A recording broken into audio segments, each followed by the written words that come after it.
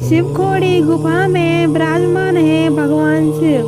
हिंदू धर्म में भगवान शिव के तीर्थों की जब भी सामने बात आती है तो सबसे पहले केदारनाथ धाम और अमरनाथ धाम का नाम आता है।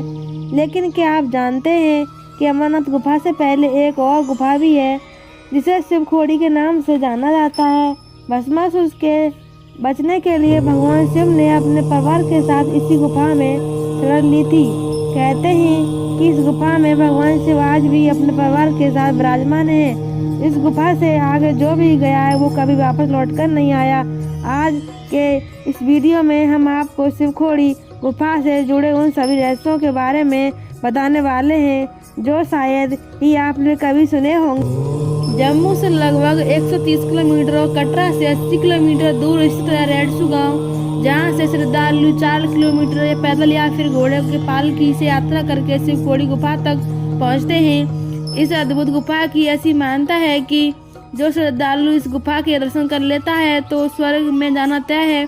इस गुफा में आज ही भगवान शिव अपने पूरे परिवार के साथ निवास करते हैं। मान्यता के अनुसार इस गुफा का एक छोर सीधा अमरनाथ गुफा की ओर निकलता है और दूसरा छोर स्वर्गलोक की ओर जाने वाली सीढ़ियां भी बनी हुई हैं। शिवखोड़ी गुफा का रहस्य।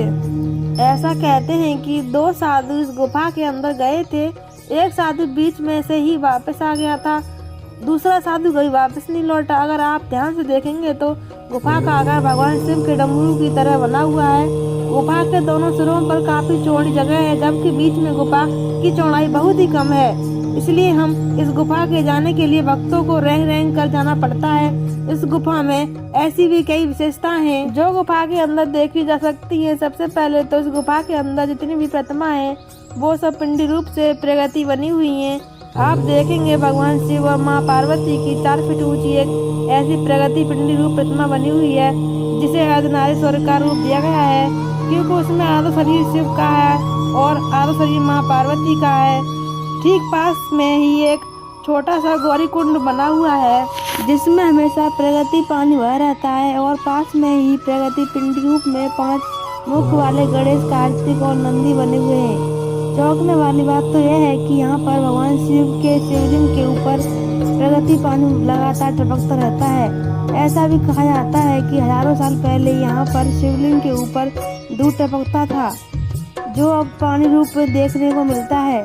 सालों साल ठीक गुफा के ऊपर भगवान शिव के चक्र पर आकार बना हुआ है और साथ में शेषनाग भी बना हुआ है।